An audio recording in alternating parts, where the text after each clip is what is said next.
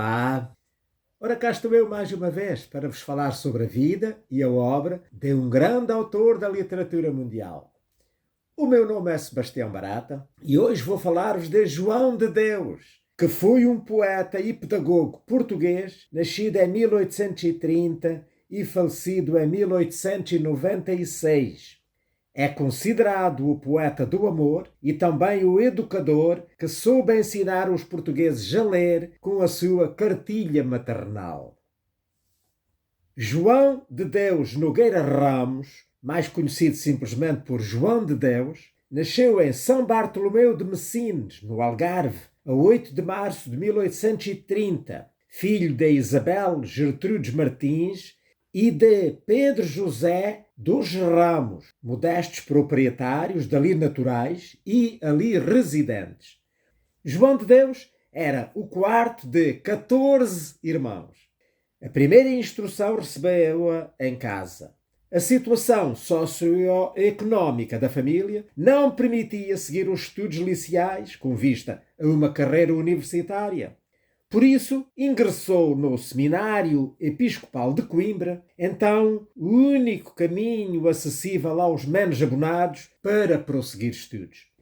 Em 1850, aos 19 anos de idade, como não tinha vocação para a vida eclesiástica, deixou o seminário e ingressou na Universidade de Coimbra como estudante de Direito. Envolvido na vida boêmia coimbrã, teve na universidade um percurso académico conturbado, com diversas interrupções e reprovações por faltas. Boêmio, generoso, irónico, irreverente, improvisando poemas que acompanhava a guitarra, a sua personalidade fascinou sucessivas gerações de estudantes. Os fracos recursos familiares levaram a que João de Deus vivesse em Coimbra uma vida de quase indigência. Para o ajudarem, os amigos e condiscípulos coligiam as suas poesias que foram aparecendo na imprensa coimbrana na época. Concluiu o curso de Direito em 13 de julho de 1859, portanto apenas 10 anos depois de ter ingressado. E mesmo assim, por instâncias e até ameaças dos seus condiscípulos, entre os quais se incluía a melhor intelectualidade da época, nomeadamente o Antero de Quental, Teófilo Braga e outros elementos da chamada geração de 70. Terminado o curso, optou por permanecer em Coimbra, praticando pouca advocacia e continuando a escrever. Como o seu interesse pelos tribunais era pouco, em 1862 aceitou o convite para ir para Beja como redator do periódico O Begense, então o jornal de maior expansão no Alentejo. Nesse período, colaborou em diversos periódicos da imprensa regional do sul de Portugal e permaneceu em Beja até 1864. Nesse ano, regressou à sua terra natal, onde se tornou redator da Folha do Sul, mas mantendo a colaboração com a imprensa regional alentejana e algarvia. Tentou praticar a advocacia em São Bartolomeu de Messines e em Silves, mas sem sucesso, pelo que, em 1868, optou por partir para Lisboa, cidade onde levou uma vida de grandes privações. Passava o tempo nos cafés, em particular no famoso Martinho da Arcada, onde se reuniam os intelectuais da época, em constantes tertúlias, sem nunca procurar encontrar uma forma estável de ganhar a vida. Para sobreviver, recorria à realização de traduções, à escrita por encomenda de sermões e de hinos para cerimónias religiosas e para festas de caridade, colaborando com os seus poemas em publicações literárias diversas. Diz-se que nesse período costurou roupas de senhora, entre outras atividades, a fim que lhe pudessem render algum dinheiro. Numa das tertúlias surgiu a ideia de tentar a eleição de João de Deus como deputado às Cortes e, por esta via, obter uma subvenção que lhe permitisse viver com alguma dignidade. Não por sua vontade, mas para condescender com o pedido dos amigos, lá concorreu às eleições gerais de 22 de março de 1868 como candidato independente pelo Círculo de Silves. A eleição não foi fácil, mas saiu vitorioso. iniciou a sua atividade parlamentar nas Cortes a 18 de maio de 1868, embora com pouca vontade. Em declarações que foram publicadas no Correio da Noite, ele terá dito: "Que diacho querem vocês que eu faça no Parlamento? Cantar? Recitar versos? Deve ser gaiola que talvez sirva para dormir lá dentro a ouvir a música dos outros pássaros. Dormirei com certeza." Estas palavras retratam a sua atitude perante a atividade parlamentar. Em 1868 ainda participou na maioria das sessões, embora sem intervir, mas no ano seguinte faltou a 10 das 13 sessões que se realizaram. Nesse ano, portanto de 1868, pouco depois da sua eleição parlamentar, a vida de João de Deus mudou completamente. Casou com Guilhermina das Mercês Batalha, uma senhora fina de boas famílias. Deste casamento nasceram 4 filhos, entre os quais João de Deus Ramos, que continuaria a obra pedagógica do seu pai, de que eu depois falarei lá mais adiante. Com o casamento e a passagem pelas cortes, ganhou maior disponibilidade na sua vida, o que lhe permitiu iniciar a publicação sistemática da sua obra poética e dramática, bem como manter uma colaboração com a imprensa periódica e continuar a produzir traduções e adaptações de obras de diversos autores. Também por esta altura, talvez por influência do seu amigo Antero de Cantal, aderiu ao ideário socialista, afirmando que era socialista por ser cristão e amava os seus semelhantes. A sua bondade inata tornou-o sensível aos problemas da educação, o que o levou a envolver-se nas campanhas de alfabetização. Em 1876, João de Deus escreveu a Cartilha Maternal, o novo método de ensino da leitura, que o celebrizou e haveria de distinguir como um dos maiores pedagogos do seu tempo. A cartilha seguia um processo muito semelhante ao método português de Castilho, que António Feliciano de Castilho empreendera 25 anos antes. Castilho tinha falecido há menos de um ano e o seu método tinha caído na descrença. Ele nunca tinha sido bem aceito pelos professores. A cartilha maternal incorpora, para além da experiência de Castilho, os trabalhos de alguns pedagogos estrangeiros. A obra foi recebida com muitos elogios, sendo saudada como utilíssima e genial pelos principais intelectuais, entre os quais o Alexandre Herculano e o Adolfo Coelho. Ora, eu tenho aqui um exemplar da cartilha maternal que, como poderão talvez ver, vamos lá ver se eu consigo mostrar. Isto começa depois no início com assim as primeiras letrinhas assim muito grandes, e depois vai andando até que pouco a pouco as letras vão crescendo, ou por outra, as letras vão minguando e para o final já começa a ter depois assim uns textezinhos, e entretanto as letras vão continuando a minguar e no fim termina já de facto com vários textos, não é? De leitura, que já começam a preparar as crianças para começar a ler livros. Portanto, é um método de facto muito interessante. Como método relativamente inovador na época, a cartilha foi, 2 anos depois, aprovada como o Método Nacional de Aprendizagem da Escrita da Língua Portuguesa, cujo uso passou a ser obrigatório nas escolas. Esta obrigatoriedade seria mantida até 1903, quando o método se tornou facultativo. Graças a essa decisão governamental, o João de Deus foi nomeado vitaliciamente Comissário-Geral da Leitura, com uma pensão anual de 900 mil réis.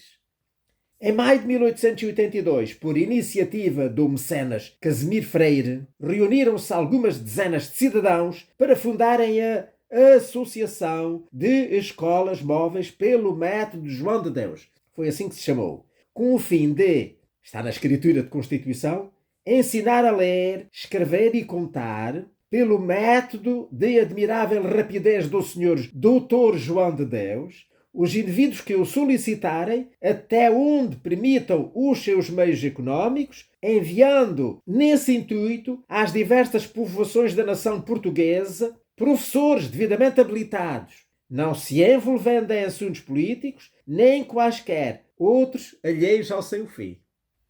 A associação chama-se hoje Associação de Jardins Escolas João de Deus, uma instituição particular de solidariedade social dedicada à educação e à cultura.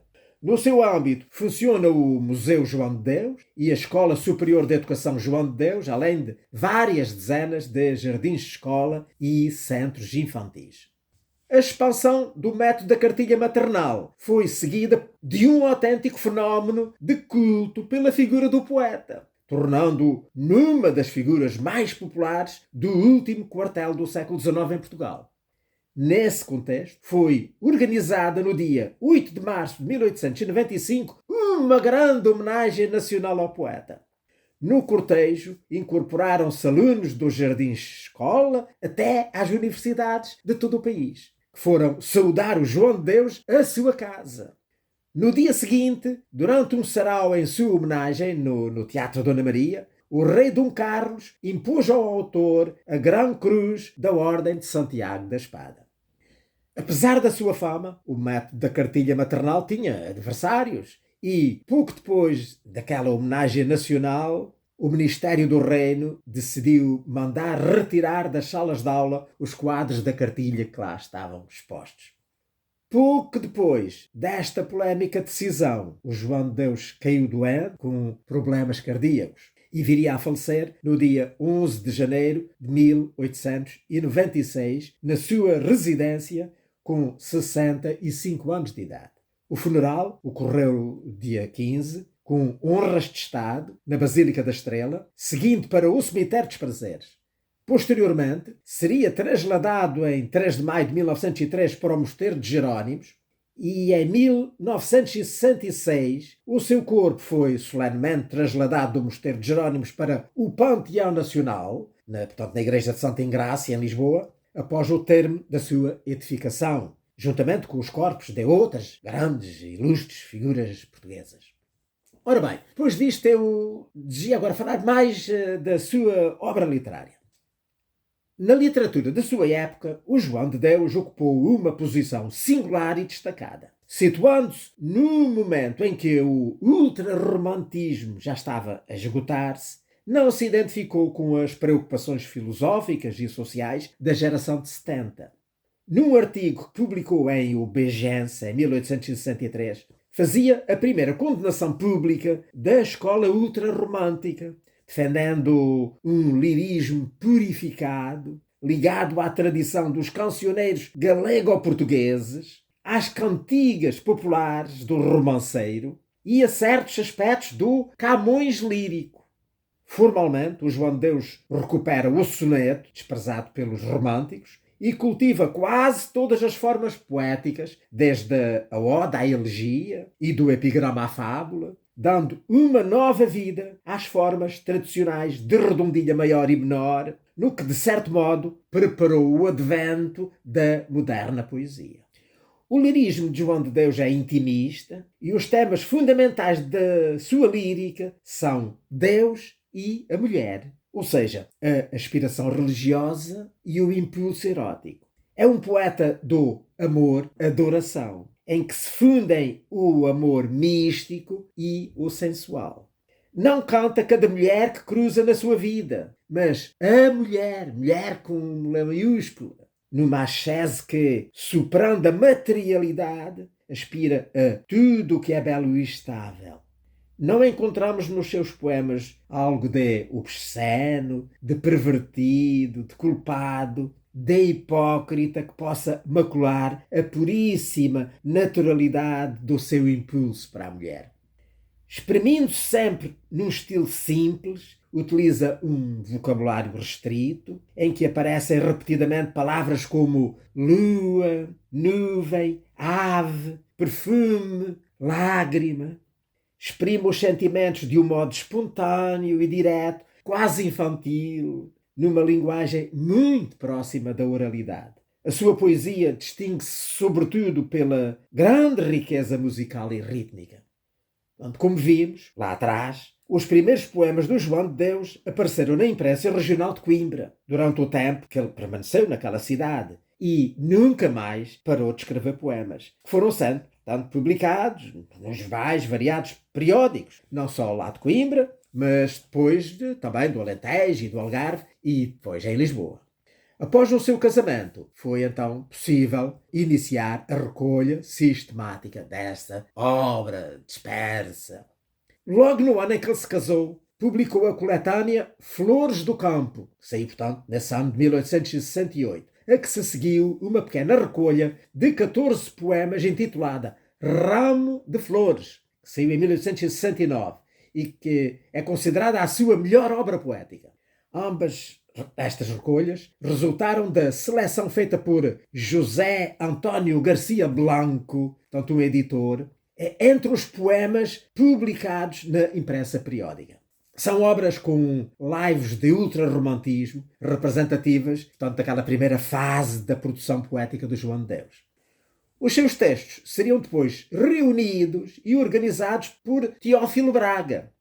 Deste trabalho resultou a publicação de Folhas Soltas, em 1876, Despedidas de Verão, em 1880 e Campo de Flores, em 1893.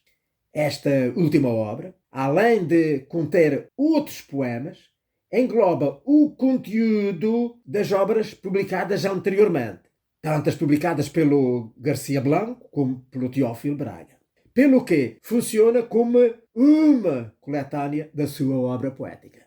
E eu tenho aqui esse Campo de Flores, de facto um livro maravilhoso e enorme, onde estão aqui reunidas todos os poemas conhecidos do João de Deus.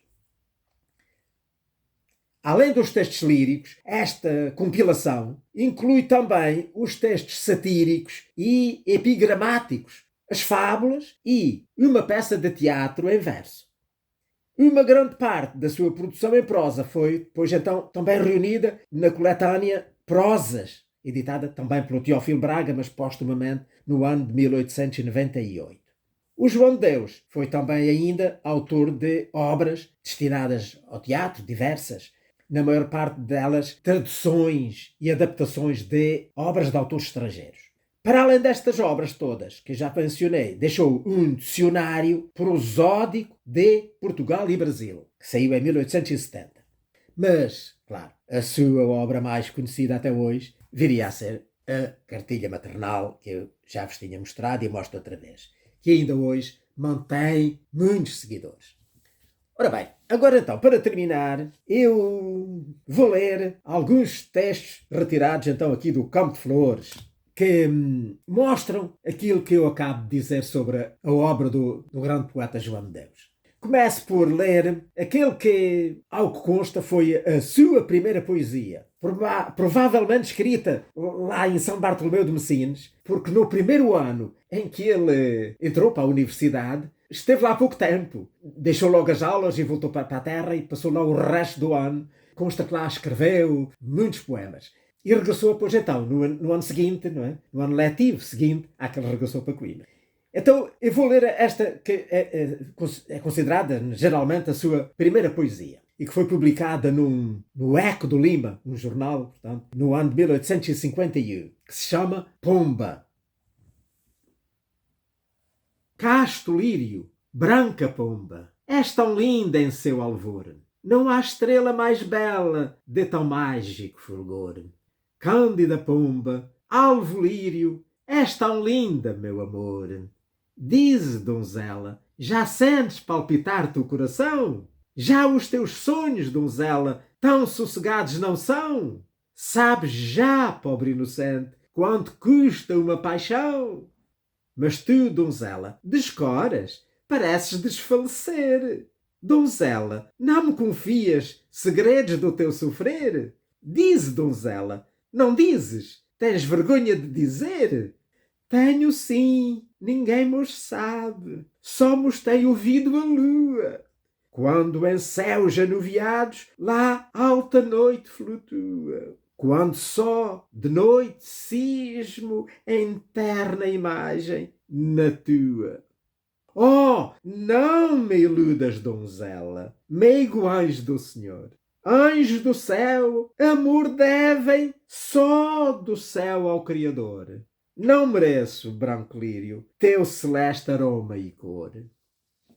Ora, depois deste, iria então ler dois poemas que têm ligação um com o outro. O primeiro apareceu em 1855 e chama-se Oração. E foi dedicado a Dona Raquel Nazaré, que era uma menina de uma família ilustre de Coimbra, que o protegeram, que estava muito doente na altura, mas muito doente. Então é assim, Oração, no álbum de Raquel. Olha por ela tu, dos céus que habitas, do mundo, ó Criador.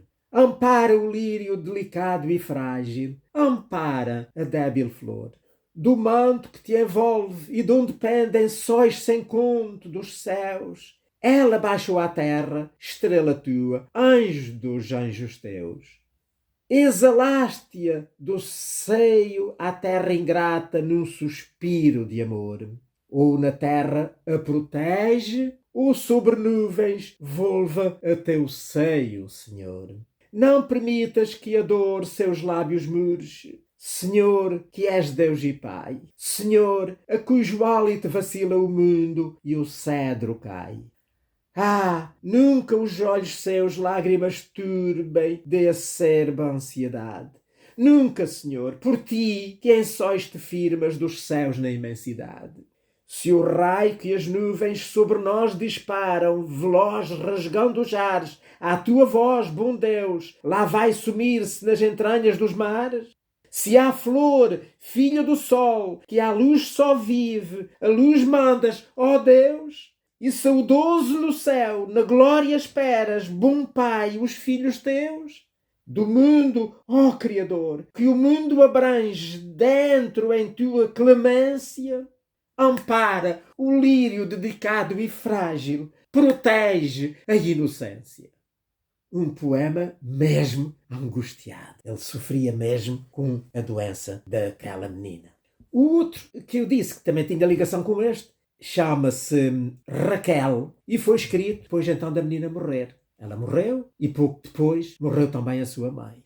E ficou, portanto, sozinha uma irmã que se chamava Cândida. E então o João de Deus dedica este poema à Dona Cândida Nazaré, com o nome da irmã falecida, Raquel.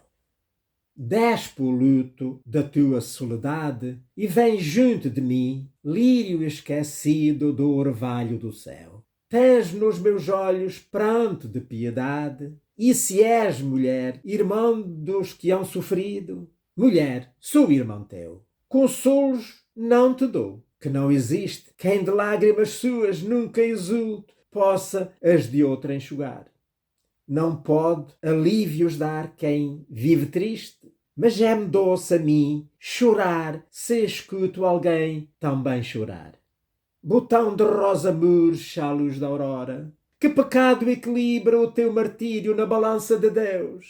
Se é como justo e bom que ele se adora, quem te há mudado a ti, ó rosa, em lírio, e em lírio os lábios teus?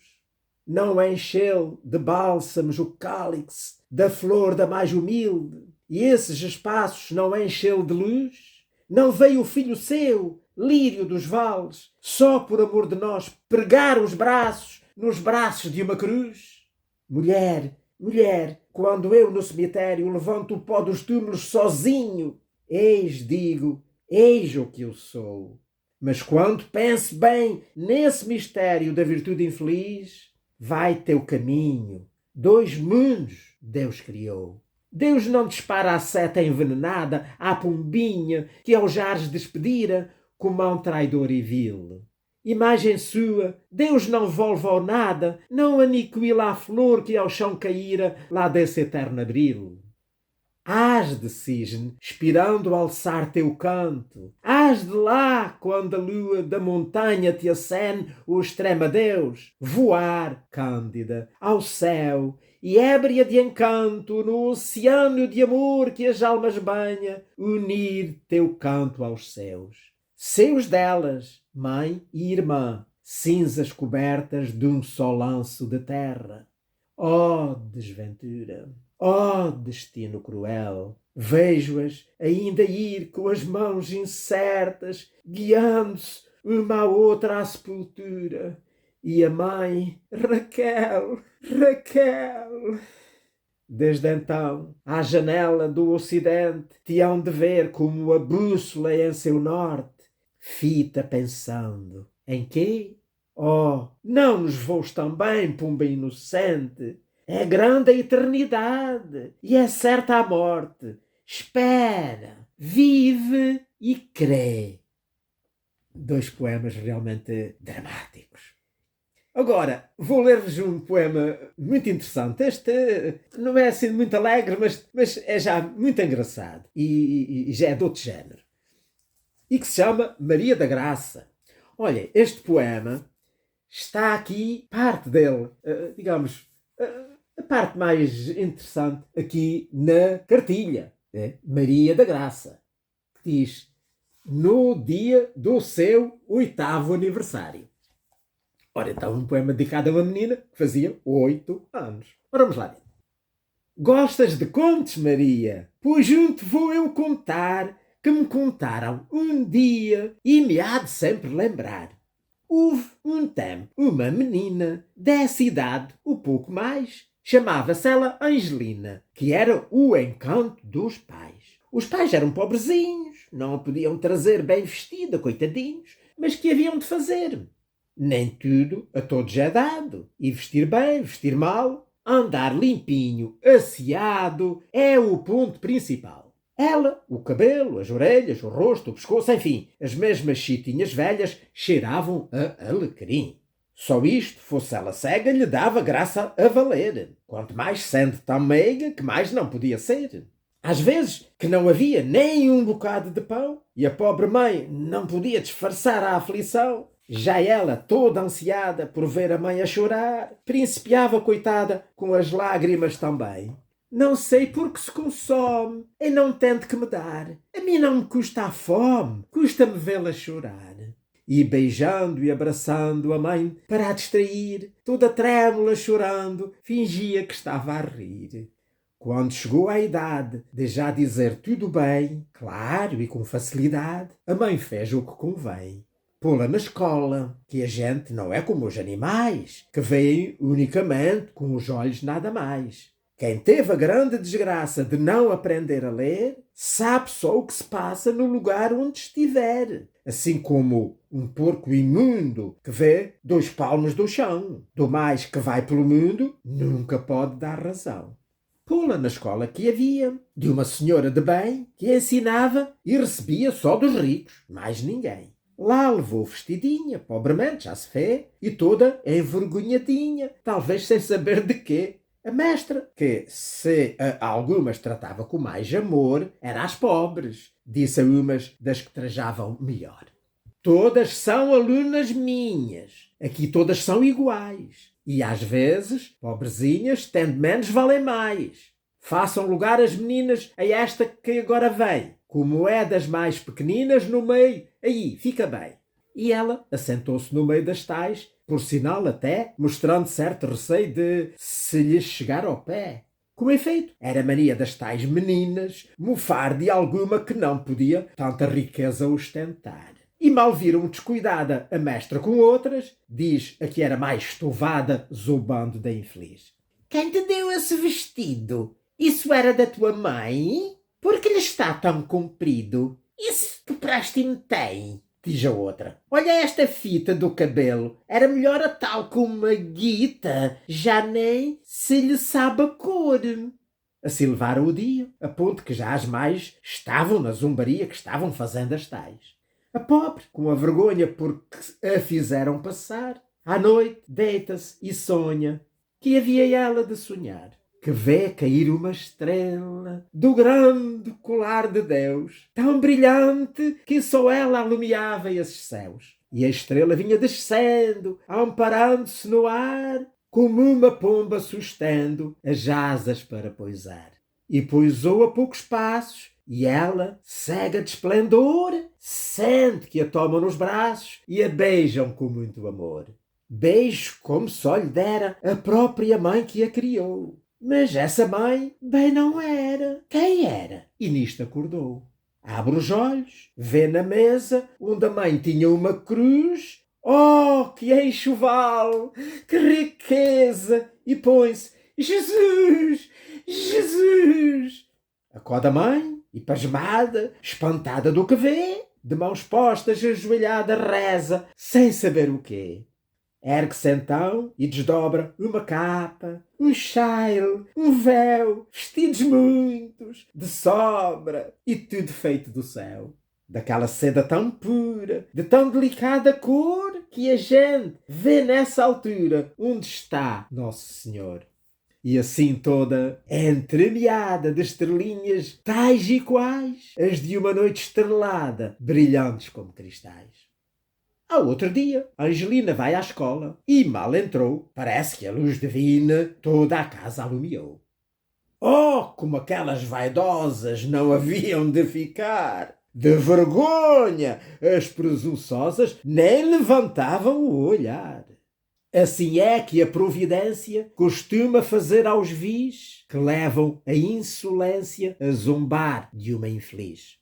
Hoje é dia dos teus anos, o presente que te dou é mostrar-te os desenganos que esperam quem se exaltou. Quisera que toda a vida te conservasse o Senhor, meiga, humilde e conduída com a miséria e a dor. Ora, depois então destes votos, vou terminar então com 2 poemas muito pequeninos, mas muito conhecidos. Vão-se logo lembrar deles. O primeiro não é o total de um poema, é só um bocadinho, que é na passagem, um fragmento de um poema que é muito grande e que ocupa 4 páginas. Mas eu vou ler só aquele bocadinho que é de facto aquele que é muito conhecido. O poema chama-se A Vida. A vida é o dia de hoje. A vida é ai que mal soa. A vida é sombra que foge. A vida é nuvem que voa. A vida é sonho tão leve que se desfaz como a neve e como o fumo se esvai. A vida dura um momento, mais leve que o pensamento. A vida leva o vento. A vida é folha que cai. A vida é flor na corrente. A vida é sopro suave. A vida é estrela cadente. Voa mais leve que a ave. Nuvem que o vento nos ares, onda que o vento nos mares, uma após outra lançou, a vida, pena caída da asa de ave ferida, de vala em vala impelida, a vida, o vento a levou. E então, para terminar, agora sim, terminar mesmo de vez, vou ler-vos um poema muito engraçado que toda a gente conhece. Dia de anos que ele dedicou a Zeferino Brandão. Com que caiu na asneira de fazer na quinta-feira 26 anos. Que tolo! Ainda se os desfizesse, mas fazê-los não parece de quem tem muito miolo. Não sei de quem foi que me disse que fez a mesma tolice aqui o ano passado. Agora o que vem? Aposto, como lhe tomou o gosto, que faz o mesmo. Coitado! Não faça tal, porque os anos que nos trazem desenganos que fazem a gente velho. Faça outra coisa, que em suma, não fazer coisa nenhuma também não lhe aconselho. Mas anos, não caia nessa. Olha que a gente começa, às vezes por brincadeira, mas depois se habitua, já não tem vontade sua e fala-os queira ou não queira. Ora, muito bem, é mesmo verdade. E pronto, olha, por aqui me fico. Espero que tenham gostado hoje desta conversa sobre o grande João de Deus, o considerado o grande poeta do amor em Portugal. Espero poder voltar para a próxima semana, se Deus me der vida e saúde para isso, para vos falar sobre a vida e a obra de outro grande autor da literatura mundial. Ora, passem muito bem.